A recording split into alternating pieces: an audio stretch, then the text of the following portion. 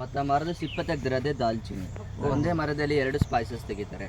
ಆ ಎಲೆನೆಲ್ಲ ಪ್ಲಕ್ ಮಾಡಿಬಿಟ್ಟು ಒಂದು ರೂಮ್ ಒಳಗಡೆ ಕಾಟನ್ ಬ್ಯಾಗ್ ಅಥವಾ ಕಾಟನ್ ಬಟ್ಟೆಲಿ ಹಾಕ್ಬಿಟ್ಟು ನೆರಳಲ್ಲಿ ಒಣಗಿಸ್ತಾರೆ. ಬಿಸಿಲಲ್ಲಿ ಒಣಗಿಸಿದರೆ ತುಂಬ ಫ್ಲೇವರ್ ಸಿಗೋದಿಲ್ಲ, ಅದಕ್ಕೆ ಕಾಟನ್ ಬ್ಯಾಗಲ್ಲಿ ಹಾಕ್ಬಿಟ್ಟೆ ಒಣಗಿಸುವಂಥದ್ದು. ಆದರೆ ನಿಮಗೆ ಕಂಡಿಡ್ಕೊಳ್ಬೋದು, ಕಾಟನ್ ಬ್ಯಾಗಲ್ಲಿ ಒಣಗಿಸಿದರೆ ಎಲೆ ಗ್ರೀನ್ ಕಲರಲ್ಲಿ ಇರುತ್ತೆ, ಬಿಸಿಲಲ್ಲಿ ಒಣಗಿಸಿದರೆ ಬ್ರೌನ್ ಕಲರ್ ಇರುತ್ತೆ. ಗ್ರೀನ್ ಇದ್ದಷ್ಟು ಫ್ಲೇವರ್ ಜಾಸ್ತಿ ಇರುತ್ತೆ, ಬ್ರೌನ್ ಇದ್ದಷ್ಟು ಫ್ಲೇವರ್ ಕಮ್ಮಿ ಇರುತ್ತೆ. ಮತ್ತು ಮರದಿಂದ ದಾಲ್ಚಿನ್ನಿನ ತೆಗಿತಾರೆ. 2 ಕ್ವಾಲಿಟಿ ತೆಗಿತಾರೆ, ಇನ್ನರ್ ಬಾರ್ಕ್ ಮತ್ತು ಔಟರ್ ಬಾರ್ಕ್ ಅಂತ. ಇನ್ನರ್ ಬಾರ್ಕ್ ಅಂತ ಹೇಳಿದರೆ ಒಳಗೆ ಇರುವಂಥ ಸಿಪ್ಪೆ, ಅದನ್ನು ಮಿಷಿನಲ್ಲಿ ತೆಗೆದಿರ್ತಾರೆ. ಅದು ಮಿಷಿನಲ್ಲಿ ತೆಗೆದ್ರಿಂದ ರೋಲಾಗಿ ಬಂದಿರುತ್ತೆ, ಅದು ಫಸ್ಟ್ ಕ್ವಾಲಿಟಿ. ಯಾಕೆಂತ ಹೇಳಿದರೆ ಅದರಲ್ಲಿ ಮೆಡಿಸಿನ್ ಜಾಸ್ತಿ ಇರುತ್ತೆ, ಸ್ವೀಟ್ ಫ್ಲೇವರ್ ಜಾಸ್ತಿ ಕೊಡುತ್ತೆ. ಅದಕ್ಕೆ ರೋಲಾಗಿರುವಂಥ ದಾಲ್ಚಿನ್ನಿಗೆ ತುಂಬ ಕಾಸ್ಟ್ಲಿ, ಬೆಲೆನೂ ಜಾಸ್ತಿ ಇರುತ್ತೆ. ಇನ್ನೊಂದು ದಾಲ್ಚಿನ್ನಿಯನ್ನು ನೋಡಲಿಕ್ಕೆ ಮರದ ಕಲರ್ ಇರುತ್ತೆ. ಅದು ಯಾಕೆ ಸೆಕೆಂಡ್ ಕ್ವಾಲಿಟಿ ಅಂತ ಹೇಳಿದರೆ, ಮಳೆಗಾಲದಲ್ಲಿ ಮಳೆ ಬಿದ್ದು ಒಂದು ಸೈಡಲ್ಲೆಲ್ಲ ಫಂಗಸ್ ಹಿಡ್ದೋಗಿರುತ್ತೆ, ಆ ಫಂಗಸಲ್ಲಿ ಮೆಡಿಸಿನ್ ಎಲ್ಲ ಹೋಗಿರುತ್ತೆ.